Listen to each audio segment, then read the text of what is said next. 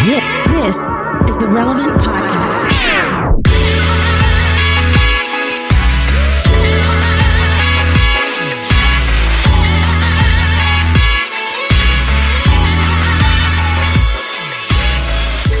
It's Friday, December 11th, 2020, and it's the Relevant Podcast. Here in Orlando, I'm your host, Cameron Strang. And before I introduce the cast, I want to tell you that today's episode is brought to you by Apartment Life. You've got to check out what our friends at Apartment Life are doing. They believe every individual is created for a community. So they're building that community among apartment neighbors. They're looking for folks who love Jesus, get excited about hospitality, and really take the opportunity to be with people when life gets tough. And get this, they equip you, they walk alongside you and provide you with either a reduced rent apartment or a part-time salary. Visit apartmentlife.org/relevant to join them today. You don't want to miss this life-changing opportunity to really show the love of Christ to neighbors, especially these days. Again, that's apartmentlife.org/relevant. Well, like I said, I'm your host, Cameron, and joining me from Loverland, Virginia, it's Jesse Carey. Hello, hello. From Austin, Texas, author and podcaster Jamie Ivey. Hey, guys. And from Nashville, Tennessee, artist, mogul, producer Derek Miner. What up, dog? Jamie, you are flooding my Instagram feed with Christmas gift videos. It's over, guys. 12 days is done. It was too many gifts, too many options. You just overwhelm me with wonderful Christmas ideas. No one has an excuse of what not to get because I gave you 12 great companies to buy from. So go get your gifts, guys. So Jamie, doing this analysis of cool companies for cool gifts, if you had to just give us the shorthand, give us the last verses of the 12 Days of Christmas song. What are throw it out there for people who haven't seen it. What are top three? What are the hot gifts this year? Oh, you want me to sing the song or give you gifts? Just give me the three gifts. Okay, well, one of my favorite gifts was from a company called Trove. They gifted me out, full disclosure, a pair of pajamas. I'm telling you, if you have a woman in your life, these are the best pajamas I've ever put on my body in my entire life. So there's that. Okay. What if you don't have a woman in your life? You could get them for yourself, Cameron. I mean, if they feel good to me, I bet they feel good to you.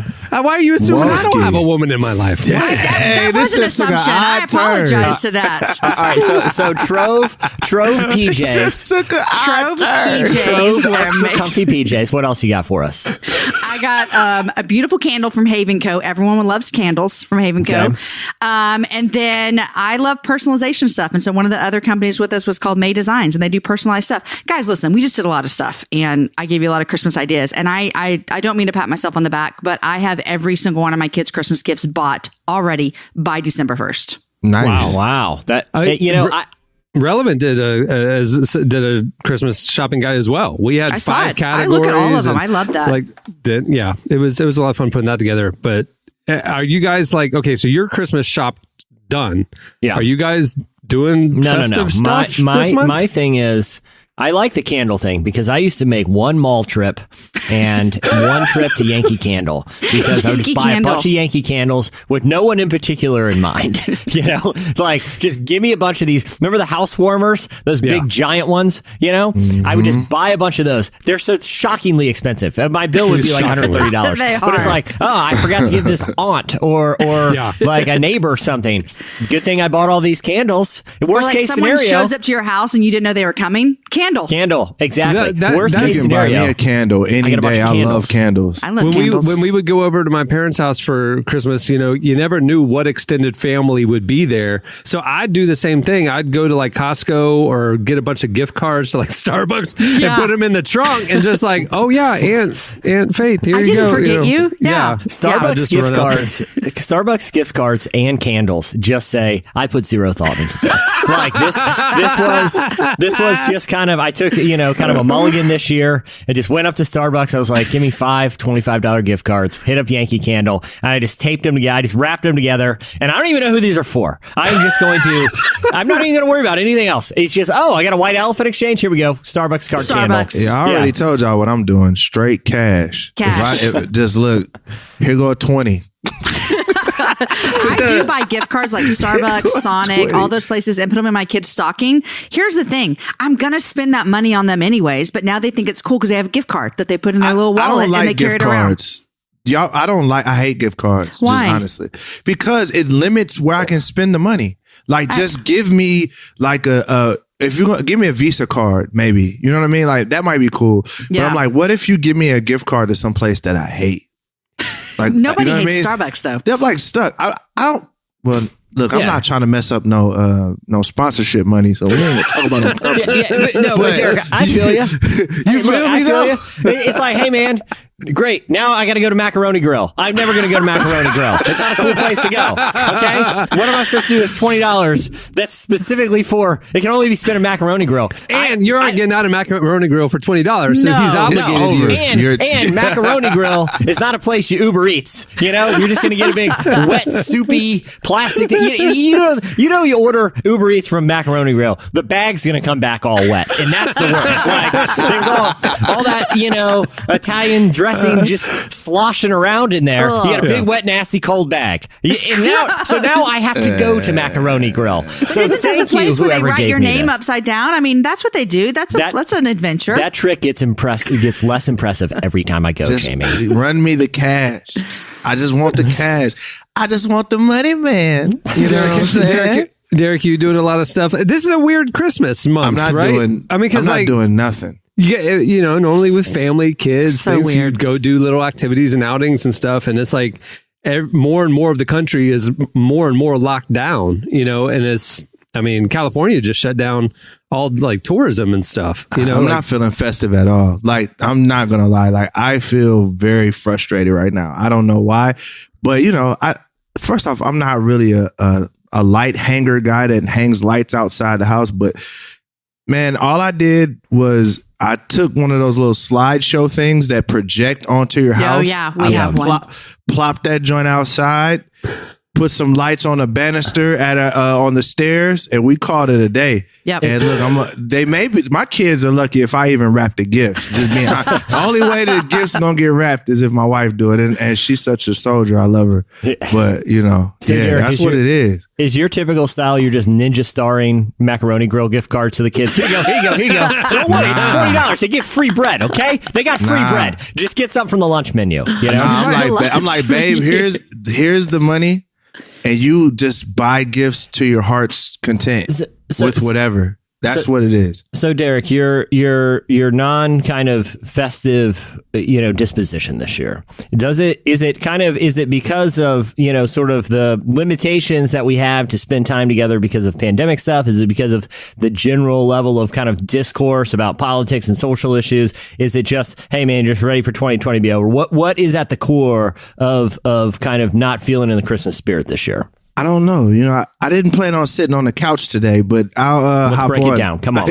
But I don't know. I think it's just, like this time is supposed to be with family and all of that. I'm like, a lot of times, my mom comes down all the way from Ohio and now I'm like, should she come? Should she not come? You still got your boy Trump talking about, I still won the election. And there's like and then I'm thinking about even just after Christmas, the benefits for people's homes and things are expiring. So it's like we got all of these crazy things that's happening. It just doesn't really feel festive. Like, I remember this season, feels always like, oh man, everybody's having fun and we're cracking jokes. I'm just like, man, this feels, I don't know. I'm not in the mood, but I feel like the economic uncertainty is kind of in the air, like there's a weight on that. But then I also have neighbors that maybe they're just like stir crazy and it's cabin fever or something, but they seem to be like doing way more for Christmas this year, like just like to their house and decorating and stuff like that. That's just like, okay, you guys are going a little overcompensating, I don't know. So it's almost like you see the two extremes happening, it's like, this has been a hard year, so we're just going to cut loose and celebrate the season. And then you have the people who, the uncertainty and stuff is weighing on everything, For sure. Derek, I think you feel like this is the end of December's the last month. So here we are at the end, and it's been, quite possibly the hardest year for most people.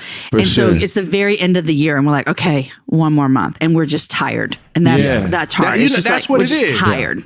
Yeah. That's exactly what it is. But you also have people who have like senioritis. And it's just like, because the end is here. Yeah, I'm just not going to do anything.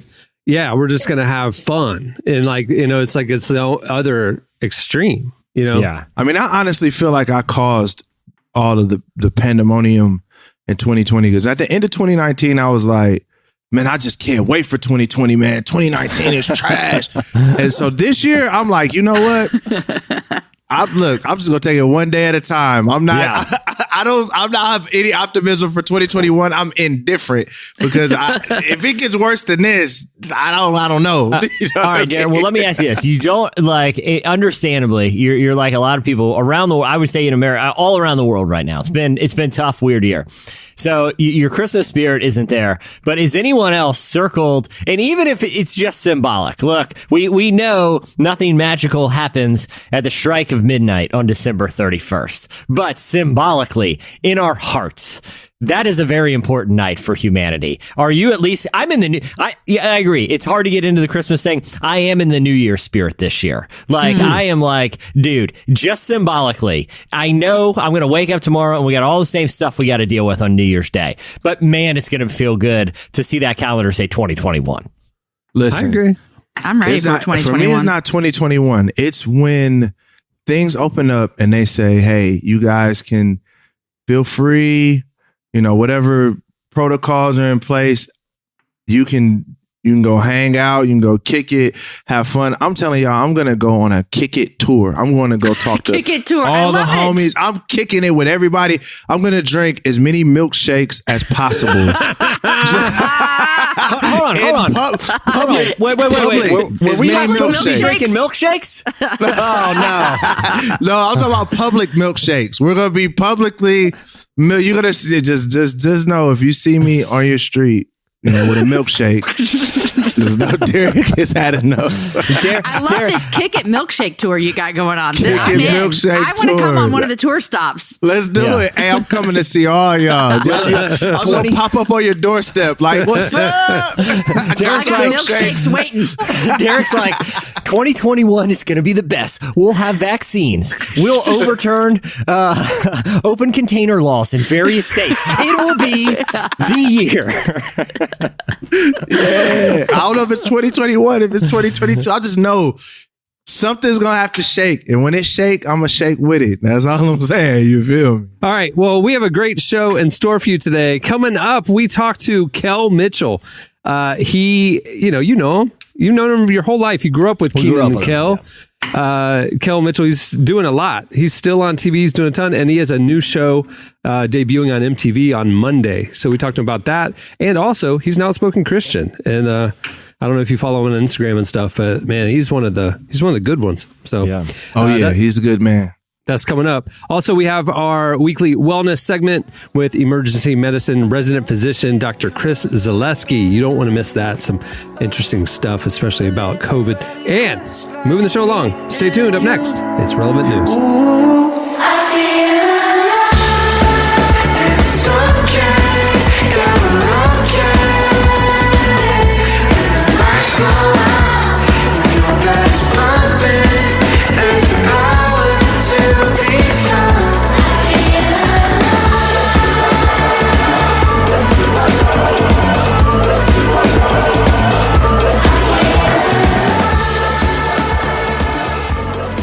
You're listening to Coin. The song is I Feel Alive? ?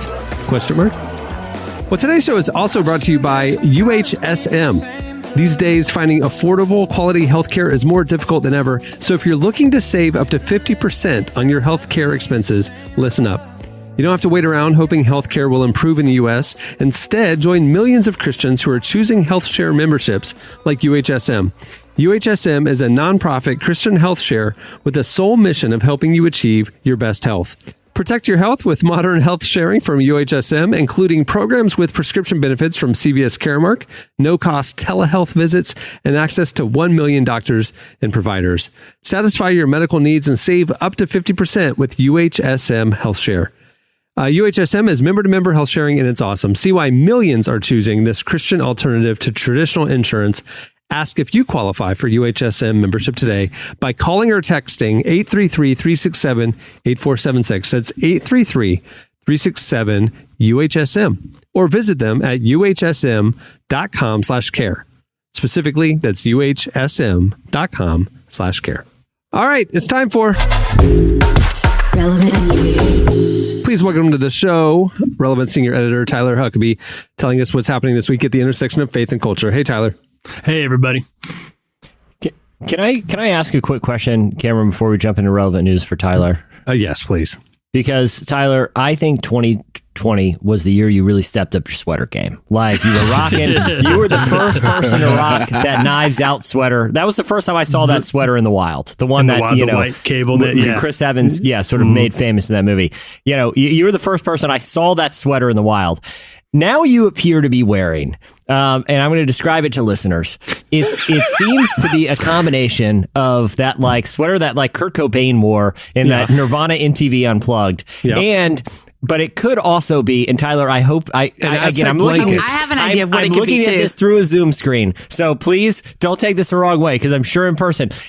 I'm not entirely sure you're not wearing a bathrobe right now. Like just an open bathrobe with a t-shirt underneath. Well, did you notice too that the bottom half turns into like American Southwest tapestry? Like Aztec, and the top looks like a bathrobe. It's either Mr. Rogers sweater or it's my Aunt Judith's sweater. So I don't know which one, but it's fire. I also think Kevin Costner would wear that in Yellowstone. So I'll give you that. I think if like Mr. Rogers was in No Country for Old Men, this is what he would wear. Like if he was a character in No Country for Old Men, that would be the sweater that he's wearing. It's very impressive. I did realize it's not a full bathrobe, but with the Zoom, it does look like one. And I was thinking that because peek behind the scene curtains, I did the Kel Mitchell interview today over Zoom, and I was like, this man thinks that I'm just talking to him in my bathrobe right now. This is my.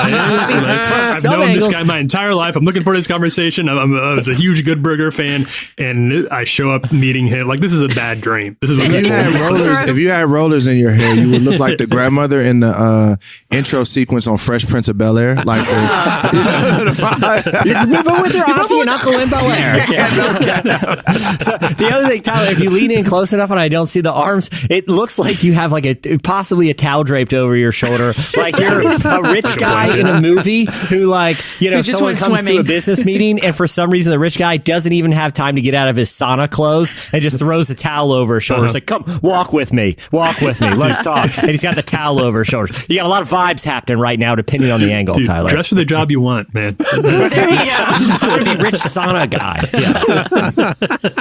Did you ask about Kel? Give us a little sneak peek. Did you ask him to do any Goodburger? Did you ask him? I did not ask him to do that because because we got to the final question. And I wasn't ready. They said, all right, we have time for one more question. And I need to do some actual journalism and not get my new iPhone, my new iPhone away message. He also did preface during that last question, if this is about me saying welcome to Goodburger, may I take your order? I will punch you through the Zoom screen. I'll rip that towel off your shoulders and snap you with it. Jesse, we even talked about it, Cameron. We talked about doing it, and I was because of Jesse. Jesse said, like, you have all these iconic interviews. You need to ask them to do things. And so when we planned out the Kel Mitchell one, it was like, well, we got to get him to say some of his famous lines.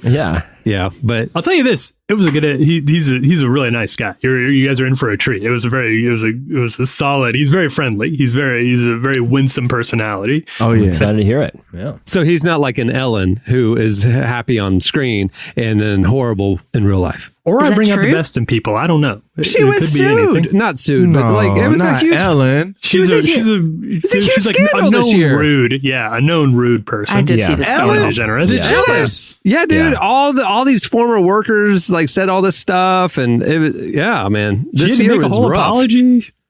Her first show back, she had to address it. Yeah, but even then, even the other day, she like put Biebs on the spot in a very uncomfortable way.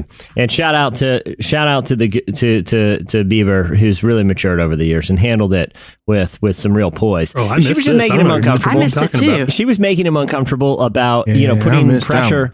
She was basically putting and this is what she does is like makes people talk about things that like a person with a normal degree of self-awareness would probably be like, okay, there's probably reasons why that person isn't just like she was basically talking to him about why him and his wife don't have children yet, and what are they waiting? It was just very uncomfortable, and it's like I said, for interviewers are just humans with a degree of self-awareness. I think there's a lot of reasons why you don't publicly just say, even privately, that can be uncomfortable for people. What if they were dealing with infertility? What if they were like there's holy a cow. total number. It's the same thing that happened with Dakota Fanning. That is, I think it was the anniversary. Tyler, you're probably pretty familiar with that. The famous interaction. Yeah, where she basically on the spot, basically, and I may be butchering some of the details, but I think it was something like telling her on the air, why didn't you invite me to your birthday party? And it was, intentionally making Dakota very uncomfortable. And it's like, I don't know if she's rude or just has a profound of like the years of a stratosphere of fame that almost no one can relate to has just made her lose all sense of like social decorum and self-awareness that she doesn't even know she's being rude. But a normal person's like, let's move on. Tell us about Holy, that new Chance song, man. Crazy. Yeah, that's a lot. That's a lot. Tyler, can you start weaving some of that into your interviews for Relevant? Like just really deep. Why haven't y'all had kids? Yeah. Why didn't you invite me to your birthday party? Stuff like that. I feel like I have the exact opposite problem where I feel like I'm way too connected with things that celebrities no longer care about. Like I'm just so how do you feel about, did you get Queen's Gambit? That was a pretty good show, right? And they're like, we fly around the world. We're on private jets. We don't even know there's a pandemic happening anymore. I forget that we lead very different lives. And I'm just trying to jaw with them a little bit and just chop it up like normal. I need a little more. I need to be in the middle. I need a little more Ellen, a little less me.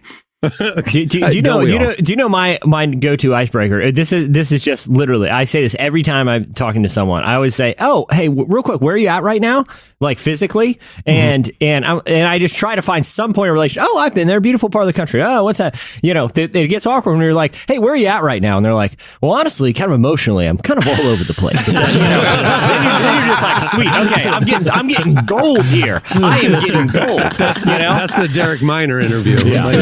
Out of the gates. Where are you at right now? Oh, I'm really glad you asked me that. Let's hunker down here because I got some complex issues I'd like to work out.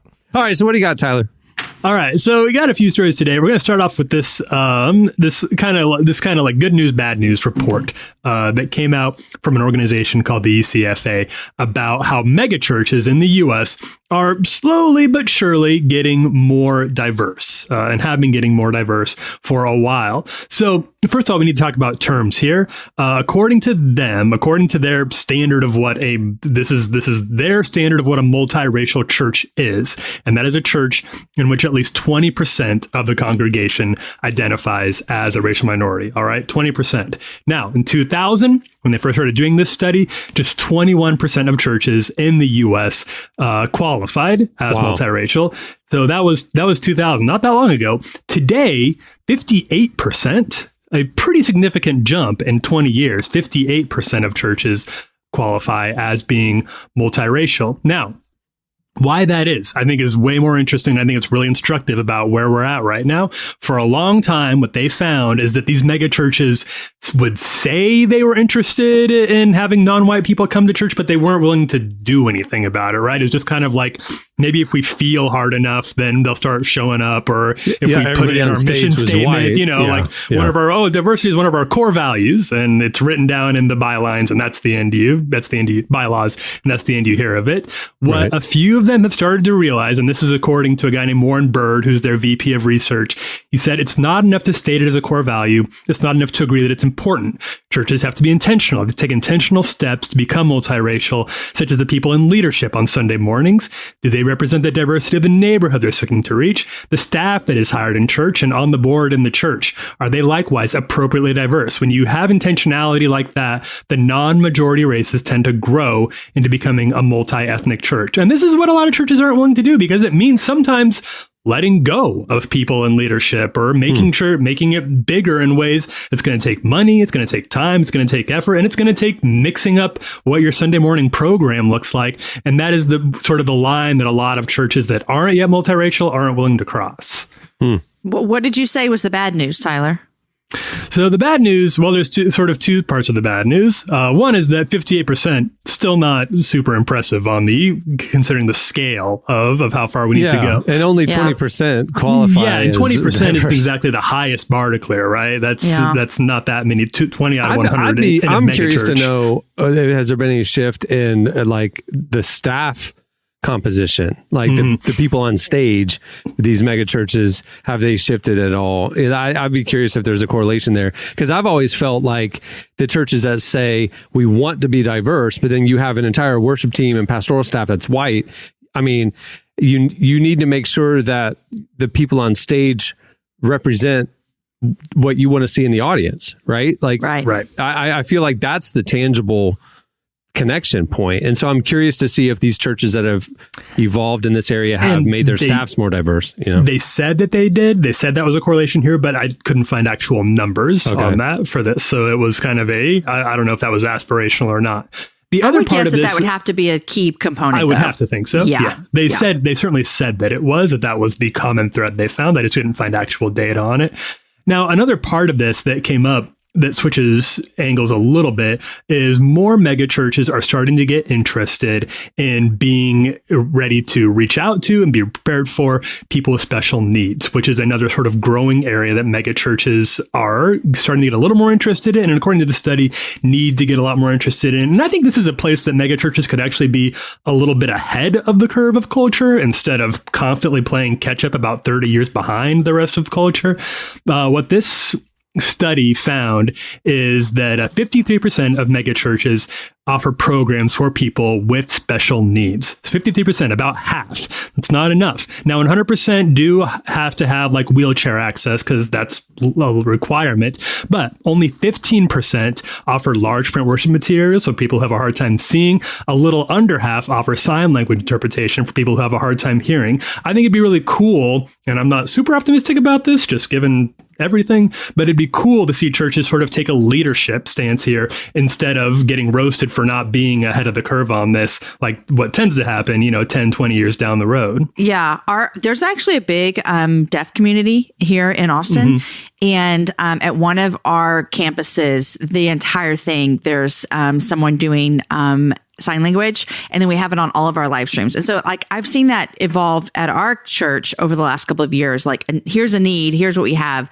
And I think it's great. I mean, I personally have a friend also who has a kid with who has autism, and it's really hard for them to go to church because there's just not anything that would be a help for them as a family to go to church with different circumstances. And so I think that the mega churches should be on the front line too, because they have the money, like they have the money and the resources to be able to do something. Yeah, this would not be a huge stretch for a lot of these churches to pour those kinds of resources, because they're not asking for the world in a lot of these cases. It's not that huge of a bar to clear. But again, it takes intentionality, it takes effort, it takes time. And those are things that a lot of staffs that are already stretched, even in mega churches, don't always feel like they have the room to do. So how did they define what a mega church is? Is it over 1,000 members? It is, according to this, it was over 1,200 for the 1,200. And how many churches did they look at? That's a good question, actually. I don't know. And did they have any denominational breakdown? I mean, most mega churches are non-denom, but this was all Protestant. Well, yeah, but that's not denominational. I was just curious if it was more. I'm just saying it was like they didn't break it down by like evangelical or mainline Protestant or anything like that. Yeah, or charismatic or whatever. Oh, interesting. Yeah, cool. Yeah. What else you got? So you might think that the Twitter look back at 2020 would be pretty bleak, and it's not like an encouraging read, but I did think it was kind of interesting to go over what the year in Twitter looked like. They did they did like a retrospective, which actually a lot of organizations, usually like YouTube will do their YouTube rewind where they look at the year that we had. YouTube's not even going to bother with that this year. They just figured better put that behind us and move on to 2021. Hopefully, we're not even going to have like Jake Paul boxing this year. Like just wipe this all from our memory. But pretend it never happened. But Twitter actually, of all places, went for it. So there were some interesting things that came up. As you probably could expect, the most tweeted about people were President Donald Trump, President-elect Joe Biden. The most common hashtag was COVID-19. But things do get a little more interesting after that. The third most tweeted about person of 2020 was George Floyd. who never had a Twitter account while he was alive, but was the third most tweeted about. And this isn't just the US, this was also globally as well. The second most tweeted about hashtag after COVID-19 was Black Lives Matter. The fourth most tweeted about person was Kobe Bryant, who that feels like 100 years ago, but Kobe Bryant obviously was continued. And the second most liked tweet of 2020 was President Obama's Twitter tribute to Kobe, which came out at the end of January. The most liked tweet of 2020, any guesses? Chadwick Boseman. Yeah, it was Chadwick Boseman. It was the last. That's actually the most liked tweet of all time. Wow! Within 24 hours, it had set the record for the most liked tweet of all time. Was the tweet from the Chadwick Boseman's account announcing that he had passed away. Wakanda forever, baby. Man. So it's not like I said, this isn't exactly cheerful, but it is sort of stirring to think about. A lot of big things happened when we lost some really good people this year, and I think that's something that I kind of forgotten about is how many, not just kind of like general gloom and doom there'd been, but also some like real tragedy that stirred a lot of real feelings, and that was kind of hard to see. What month did Kobe Bryant pass away? January. No lie. Isn't that crazy? It feels like a lifetime ago. Feels like a lifetime ago. I remember I was in LA shooting a music video, and right before we left, everybody, like, I was in LA when it happened. That might have been one of I've never seen a place collectively mourn anyone the way LA collectively mourn Kobe. Wow. Like, no matter where I went, and I also was there for Nipsey's funeral. Oh wow! And I've never seen a city collectively mourn people like LA has had to mourn Nip and Kobe. It's crazy. Was that in January too? Experience. No, Nip passed away last year. Last fall. Okay. Yeah. Okay, yeah. Nip, I forgot when it was, but yeah, it was last year. But it's it was crazy. It was crazy. And then it felt like when Kobe passed, everything just went to trash. Yeah, man. That really was the beginning of a very hard year. That was it. That was it. That set it off. It set the tone. And also a little update for the listener. While we were talking just then, Tyler had to step up to shut the door, and we got to see the rest of his sweater. It looks like he's wrapped himself in an Aztec blanket. That's what we just saw, the bottom half. In the Southwest. The Southwest. Very dedicated. Yeah, very dedicated to Southwest. Yeah, I've been there numbers of times. I love the landscape, the wildlife. I mean, what's not to love? You know, I want to ensconce my body in its memory, and it's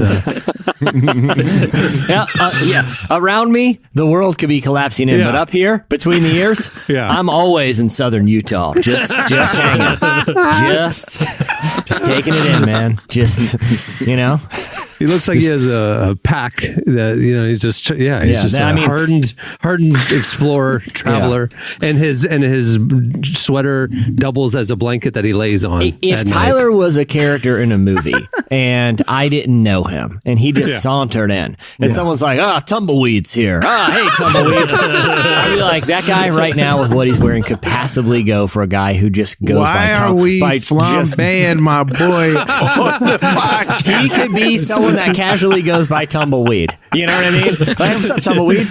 You know, I'm Tyler. I'm just saying you have that rustic vibe about you that look like you would have like a very kind of salt of the earth nickname that your community there I'm taking it in stride, but this is Sonoma knows you by. And he smokes Marlboro Reds. Hey, Tyler, going to like 1800s, like a saloon.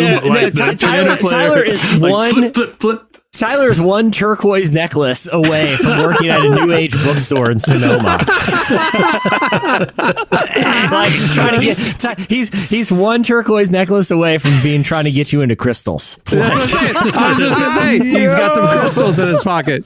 Like Pratt Daddy, the Spencer Pratt, whatever his like new crystal business is. I want you to remember that I referred to you as Kevin Costner from Yellowstone. So you put on a cowboy hat and you look like you just are strolling around your ranch in Montana. So, okay. So far, Tyler, I'm not which taking one? any of these as burns. I'm not taking any of these Kevin as burns Costner, yet. that's not a burn. Yeah. No, that's it doesn't not a sound burn. like one to me. Yeah, Hey, so Kevin. Tyler, which one is more appealing to you personally? Being a rancher with rugged Kevin Costner good looks, but And lots of money. Lots of money, but And maybe one that dresses in a way that, when he's way out in the range and he can't come in for the night, he wears clothes that can double as bedding on the on the ground. He's exactly. smart. He just He's leans a against cowboy. he leans against a cactus and lowers the head over he lowers the Like a hat Cormac over the brim of his hat and he just wakes up at dawn. So, Tyler, which is more appealing to you? Being the wealthy rancher, entangled in family drama and violent outbursts with neighboring ranchers and the federal government and the Bureau of Land Management, or a guy named Tumbleweed, who's the proprietor of a very odd little new age shop specializing in ponchos and crystals on the outskirts of Sonoma and turquoise. What one is more appealing to you? Because I'm leaning Tumbleweed. Well, they're both a big promotion from Bathrobe Guy, which is where the discourse started. We got a rich sauna guy on the table too. The guy who every time you see him, he appears to have just got out of the sauna because he's got a towel around his neck and he does not care. Jesse, my favorite is the idea that he's a shop owner in Sonoma that has all these new age crystals and things, and his name is Tumbleweed. That's right. That's right. Yeah, but that guy doesn't need you trust him. vibe, You Such a hippie. that vibe comes together. Yeah. Or how about this? We'll move you over to Scottsdale. You feel a little bit better about that? Way happier I was way happier in Sonoma. Your or new age- Sedona. Sedona. Your new age crystal and poncho shop is right in the heart of Scottsdale. Feel better now? Okay, you got that or Kevin Costner. So, your balls in your court. What's the last thing you got, man? Yeah. Okay. So the last thing, we won't even get to the rest of the tweets. I think we got that covered. All right. We'll have to pivot a little bit for this. So buckle up. We're making a little bit of a U-turn here from the sweater discourse to a new poll on the mental health of Americans in 2020, which, as you might imagine, is not there's not a lot of optimistic news in this particular report. Just 34% of Americans now say they have excellent mental health. That's down from 43% in 2019. It is the lowest that it's been at any point in the last 20 years, which is when Gallup first started asking this question. Still, most Americans do give themselves overall good marks for mental health. 34% say their mental health is excellent. 42% say it's good. Only 18% say it's fair, and just 5% say it's poor. So that's not bad, but it's 8 points fewer than excellent.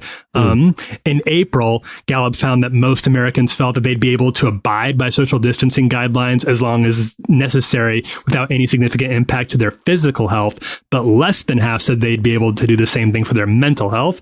And that appears to be true, actually. We haven't seen a huge dip in Americans' assessment of their physical health this year. It's about the same that it's always been, but mental health has taken a real sharp downturn. What is interesting here, and this gets a little bit technical, but I think it will be interesting for our audience in particular, is to talk about who is seeing a decline in their mental health. The people who saw their mental health assessment drop the most, the demographics who saw their mental health drop the most this year are women, Republicans, independents, white adults, single adults, and older adults, lower income Americans, and people who attend religious services less than weekly. So those are the people who saw the biggest drops. Almost all of those fall under the Republican bucket. They could all be. These could all be. There's overlap here, obviously, too. There is. These aren't necessarily. And they said they felt the most hopeless this year. They saw the biggest. This was the drop in their mental health. All of these dropped by double digits from 2019 to 2020. They all saw that. Now, that being said, people who saw the least amount of change, Democrats and people who go to religious services at least once a week. So going to church generally on a regular basis seems to be pretty good for mental health, as does, in this case, being a Democrat. Kind of. Democrats started out at a lower spot already. So actually more Democrats still say they have poor mental health than Republicans do, but Republicans are catching up to them pretty quickly, while Democrats seem to have sort of hit the basement in terms of their own assessment of their mental health. Does that all track? You all see where I'm coming from? Interesting. Yeah. More or less. Man, I don't even know what to think. There's no, it doesn't fit into a narrative, right? There's no easy narrative here. There's no like, oh, well, this obviously means that to have better mental health, you need to do what? This. Well, Be go a to woman? church once Go a to week. church but what happens if you can't? I mean, you can't. Yeah. You know, like Yeah, what yeah, happens? exactly. Right, exactly. And I think that's affecting a lot of people right now, even believers. And I think, there's probably a lot of correlations that social scientists will be, unpacking for a long time when it comes to the consequences of literal social distancing, Right. of self-isolating, of, kind of lockdowns. I think the numbers, there are some things that seem pretty obvious. Like, okay, if people aren't able to be a part of a community that they typically rely on for emotional and spiritual and moral support, then they're probably going to suffer mental health and emotional health effects. But I also think there are probably lots of sort of unintended or kind of linked consequences to different things that we're just beginning to understand of what the pandemic, kind of did to different communities, self-reported mental health statuses. It's been so complicated, and all the efforts have rightly so have been very reactionary, right? Like it's all been like, there's a virus, we need a vaccine, right? Like the economy's collapsing, we need relief, or we haven't really collectively or had a chance to really proactively look at this issue, at the pandemic, and kind of really kind of made observations beyond of, okay, what do we just do to get through this thing? But I do think it will be interesting to kind of unpack a lot of this stuff. And hopefully, look, anytime you get a better understanding of community and social dynamics, there's an opportunity to really improve things and make things better for example, like if we found out like, hey, the people unable to get to a place of worship where it's important they find community. Well, what about people who don't, have cars or are elderly or are disconnected from a community? We've seen on a large scale, we've all witnessed it firsthand, the damage that can do to someone's mental health. Maybe that will make us more proactive for people that once the pandemic is over, that are still socially isolated. Like we all felt what it was like for us, but what about the people who that's just their lifestyle for a variety of reasons? How can we help? So I do think there could be positive stuff that comes from our better understanding of all of this. Interesting. That's good. All right. That'll do it for Relevant News. Thanks, Tumbleweed. Stay tuned. Up next, Kel Mitchell joins us. I think I'm tired in the subtlety, lying about the worst of me. I just wanna stay on track, crying like it hurts to be what we wanted initially. Why don't you just cut some slack? Like peaches, apple pie, or strawberry cream. It's like you haven't tasted. You're listening to Cautious Clay. The song is Dying in the Subtlety. Well, today's episode is also brought to you by Lifeway Christian Resources. In a culture filled with tension over sex, gender identity, pornography, and sexual abuse, many are asking, is it really possible to follow God's design for purity? Chasing Love is a brand new Bible study resource from apologist Dr. Sean McDowell. In this 9-week study, Sean takes teens and young adults through scripture to answer some of their most pressing questions about love, sex, gender, and relationships. You can order today at lifeway.com/chasinglove and save 10% when you use code RELEVANT. That's lifeway.com/chasinglove and save 10% when you use code RELEVANT. The promo code is valid through January 31st, so jump on it. Well, Kel Mitchell is a comedian, actor, singer, and known for his work on the Nickelodeon show All That, the spin-off series Kenan and Kel, and of course, the classic Goodburger. These days, he's leaning into his faith and doing his best to make a difference in the world, and he's obviously still on TV. He actually has a brand new show debuting on Monday on MTV called Deliciousness. We talked to him about that, and as well as his efforts to help children and families during the pandemic. It's an awesome conversation. Here is Kel Mitchell.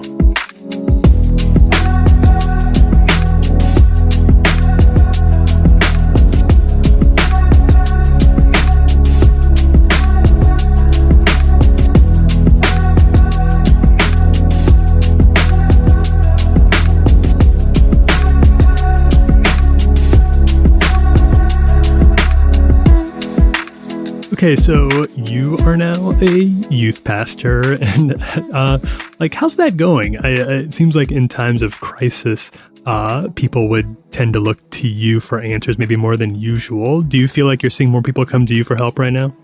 Yeah, bro. It's been deep. I mean, and my dynamic has been really deep because with me being a youth pastor and then also in the entertainment business, as well. And it's been really shocking. Like I've had friends that I've known for years that we're having different conversations right now, praying with them, and it's been awesome. It's been a lot of breakthroughs that have definitely happened during this time. And for me, I was like, wow, Lord, really? I'm shocked. This is awesome. But it's also beautiful to see it happen too as well. Yeah. You might be tired of telling this story, but most people who know you have known you for a long time, from like Keenan and Kel and Goodburger. Can you tell me how you went from that into the ministry? That's just not a very common career track. Well, bro, okay, so being in this business at a very young age and then making mistakes and just life mistakes, just in general. It doesn't even have to be entertainment. And I just saw that as I started to hit a wall, of emotional walls, obstacles in my life, mistakes, I was figuring out that I was trying to figure out everything on my own understanding and do everything on my own. And that was getting me into a lot of blockage in my life, a lot of things that sinfulness that was just kind of crazy, And so when I decided to say, okay, look, God, I surrender all, I give it all to you. And when I did that, I saw a lot of doors open up in my life as far as like me starting to see my purpose and seeing what I'm really about. And when I lost everything, God was the only one that was there. And so it's funny when I'm in the entertainment business and I'm on sets and stuff, and people are like, man, you are so like, you talk about your faith and don't care what people think. And you talk about Christ and you don't care what people, you don't like filter it. And I'm like, bro, like, because I know what God did for me, you know what I mean, in those low places. And I would be doing everyone a disservice that is a fan of mine or who follow me and don't tell them how I got through or how I'm getting through, you know what I mean? And how having Christ in their life can really help them. You know what I'm saying? So, yeah. A lot of people who, like me, aren't in the entertainment industry seem to think there's this sort of like bias against Christians, right? Or that Hollywood's out to get them. Is there any truth to that from what you've seen? No. Here's the thing. It's not, even outside the entertainment business, it's spiritual warfare, right? So you have to really determine which way you're going to go. You know what I'm saying? Through life. It is what it is, And so I feel like you have to have good discernment with everything. You know what I mean? Like within every situation, there's going to be some type of circumstance. That's what life is all about. You have to make a decision, and that decision is you don't know what the outcome of that decision may be. So you have to be really careful about the decisions that you make. And I know when people say, oh, the entertainment business, it's like it's so many Christians that are in the entertainment business. I've had literally meetings where I was sitting there in the meeting and we're talking about a project, and then they were more intrigued about my faith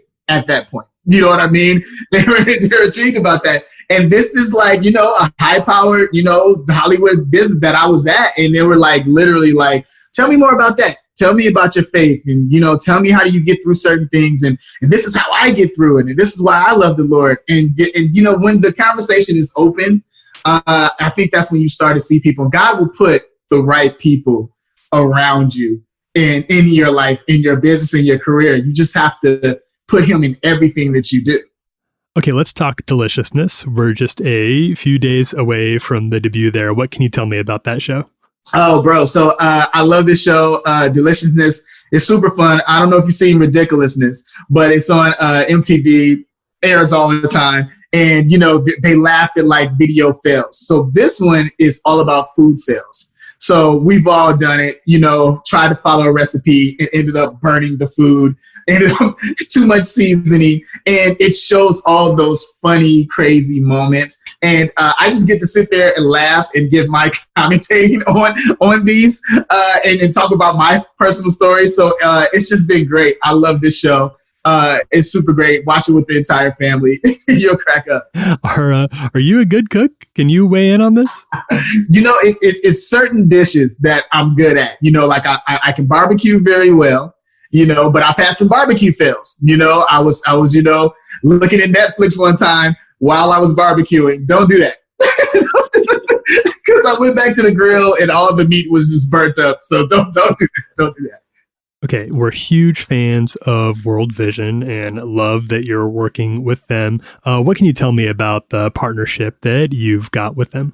So, I'm being in the Nickelodeon family business for a long time. I'm all about kids, you know what I mean? And World Vision is about that too. That's my focus. Kids and God, and World Vision is the same way. You know what I mean? With kids and God. And I love that. They've been in business for over 70 years. I'm sure you've heard of them. And they just give great resources and provide for children and for families overseas and all over the world. And it's the holiday season right now. So that's what I really love about it, because they have this gift catalog, right, that you can go on to at worldvision.org. And you can buy an alpaca, for a family, and they can use that as a resource and get money from it and things like that, which I think is cool. And then also too, with kids, you can educate your kids on other kids across the world and how they can be a blessing to other kids. And I think that is awesome, especially with me being a youth pastor as well. I'm all about like showing how you can be a blessing to others. And World Vision does that very well. And then with COVID coming out too, and that going on, they have an emergency kit that is really, really awesome, where it has school supplies and it has food and nutrition for kids that really need it and for families that need it. So I'm all about that. Yeah. I think that's really interesting. And I think one thing that's been very difficult about this year is that we all have so many of our own really serious, really important needs. At a time like this, how do you continue to focus working or focusing on other people's needs besides your own? Yeah, man. It's a commanding your morning. You know what I'm saying? Like really get up and have that time, with me having 4 children and being a husband and having all these different jobs.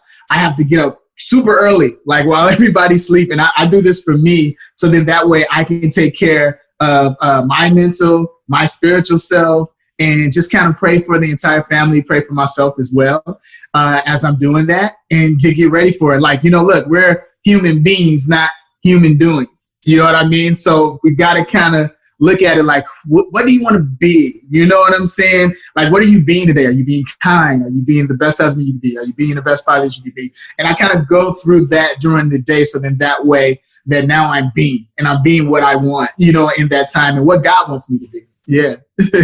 And that's been kind of hard to find in 2020, right? That motivation to be disciplined during quarantine. How do you stay intentional? Where does that motivation come from you?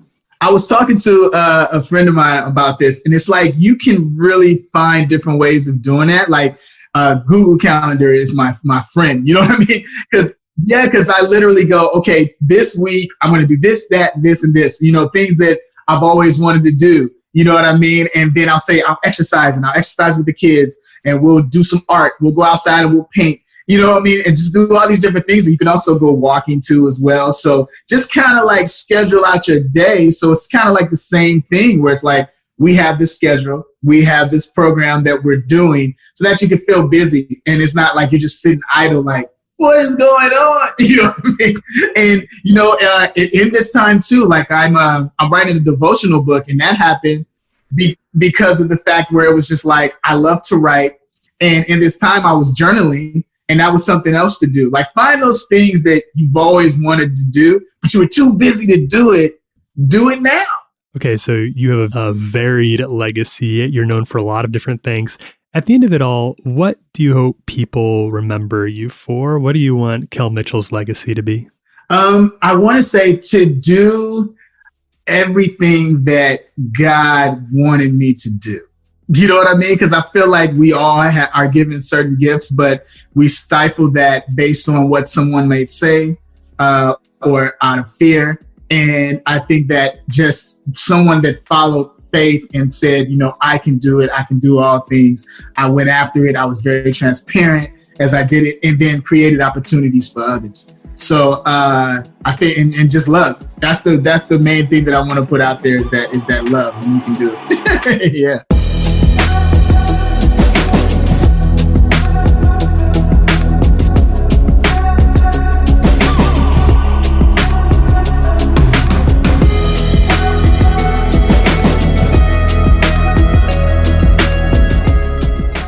That was Kel Mitchell.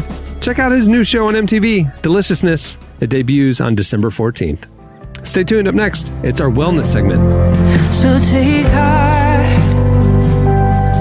let his love lead us through the night.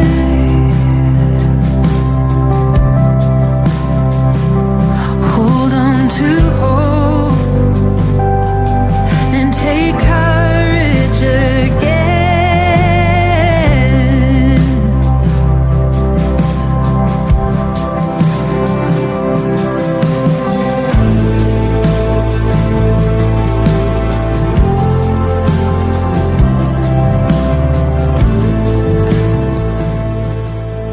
You're listening to Hillsong Worship. The song is Take Heart. Well, for this week's wellness segment, we sit down with Dr. Chris Zalesky, who's an emergency medicine resident physician with training in clinical research. We talk about the toll the year has taken on healthcare workers and some of his thoughts on the COVID-19 pandemic. This is the latest installment of our weekly wellness series, which is brought to you by UHSM. Member-to-member health sharing. See why millions are choosing this Christian alternative to traditional insurance. Ask if you qualify for UHSM membership by texting or calling 833-367-8476 or visiting uhsm.com/care. Here's our conversation with Dr. Chris Zalesky.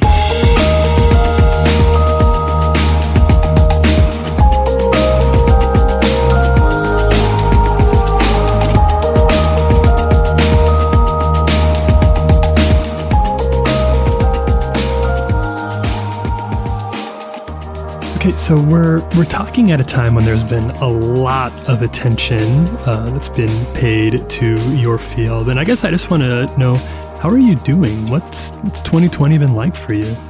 2020 has been trying. It's a lot of ups and downs. I think I've seen a lot more just hardship than I've seen at any other time of practicing any of this. And it's just things that we weren't exactly always ready for. Like, I think going into medicine, I expect to be with people on some of their hardest days, but we don't expect to do it with people not being able to be next to their family members, which is one of the hardest parts. And then it's just been long as well, which everybody is feeling. That 2020 has just been a long year of unexpected things. And I just feel it a little bit differently in my job, but everybody feels it to a certain extent. Would you say that's a pretty common sentiment among your colleagues? Yeah, I think it is, that it's just been long and kind of a hard grind. Even last night working, it's just a place where now we're seeing an uptick again and being even more careful. So it's having to wear the PPE your entire go, which impacts things you don't expect. Like, it impacts being able to drink extra water on shift, because I can't even open a bottle of water because I want to keep my N95 on the whole time. So it's little things like that we didn't even expect to be impacted that kind of really affect your quality of life while you're working or at home. It's been kind of surprising to me how resistant some churches have been. A lot of churches have been actually towards the recommendations coming from healthcare experts. Has that surprised you as well? Yeah, I think it's been such a hard tension to live in, right? Because you're living in this fact of the reality of we are battling a virus that people get when they're around other people, but we're also called in the Bible to live in a community of people. And so how do these two truths interact, especially for a short time? And I have definitely felt it. I think my church for a long time did the whole online process, and we had sermons online. My wife and I even helped with the kids ministry for a short period of time while we were trying to figure out what to do with the kids, kind of early in April and March online. And then over time, now we're slowly meeting in person. And I think there's that tension there of, can we do it well? And I think having some churches kind of following it in the news of some people doing it what I would say well of kind of doing masks, doing social distancing, trying to make sure everyone is as safe as possible. And then there's some places that aren't doing it at all.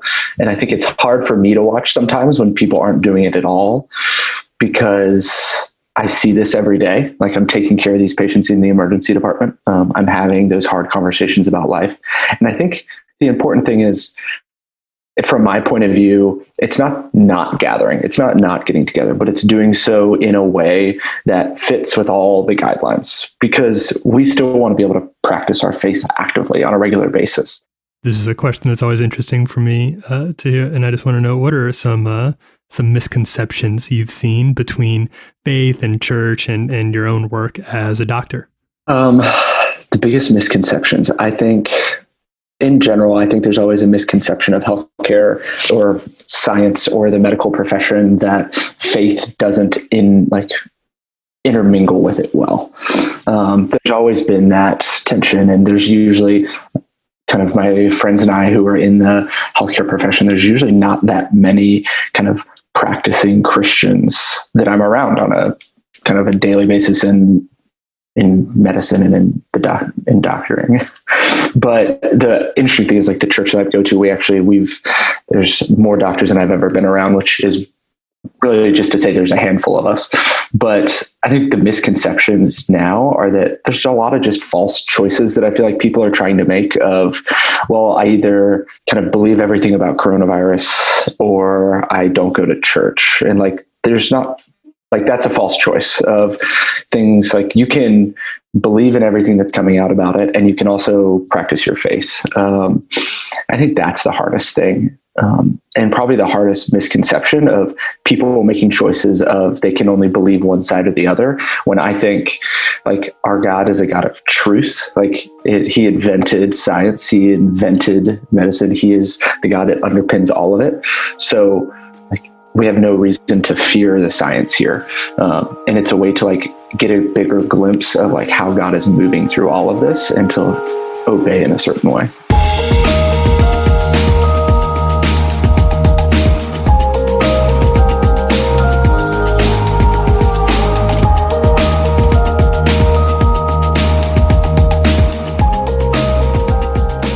That was Dr. Chris Zalesky. For more content like this, make sure to check out our wellness series every Tuesday and Thursday at relevantmagazine.com. It's brought to you by our friends at UHSM. Well, thank you to Kel Mitchell for joining us today. Make sure to check out his new show on MTV, Deliciousness. It debuts December 14th. A couple of housekeeping notes before we wrap it up. Like I mentioned on the last couple of episodes, we are hiring at Relevant. We are right away hiring an account executive to handle advertising and partnerships for us. If you have experience in media, especially, or sales, go check out the job description over at relevantmediagroup.com. We're also looking to hire a social media and writer, a social media creator and writer as well. The job description is at relevantmediagroup.com. Go check it out. Also, check out our weekly Christmas mix series that we're doing on Spotify this month. It's called A Very Relevant Christmas. Just search for it on Spotify. Every Tuesday or Wednesday, we post a new edition. Go check it out. We've got a couple up there. Great Christmas mixes. And also make sure to don't miss the November-December issue of Relevant, which is out now. It has a cover story with Matthew McConaughey. It's got Letitia Wright and so much more. It's available for free thanks to UHSM, who's the presenting sponsor of the issue, at relevantmagazine.com. Just click on the magazine tab. On that note, we'll wrap it up. I'm Cameron Strang. I'm Jesse Carey. I'm Jamie Ivey. I'm Derek Miner. We will see you on Tuesday. Have a great weekend, everyone.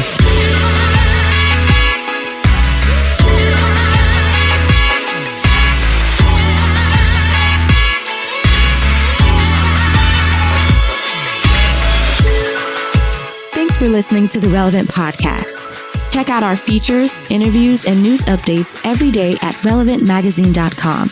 And make sure to follow Relevant on Facebook, Twitter, and Instagram for the latest. For more great podcasts, browse the shows on the Relevant Podcast Network, which you can find at our site. And while you're there, don't miss the all-new era of Relevant Magazine. A new issue releases every other month at relevantmagazine.com.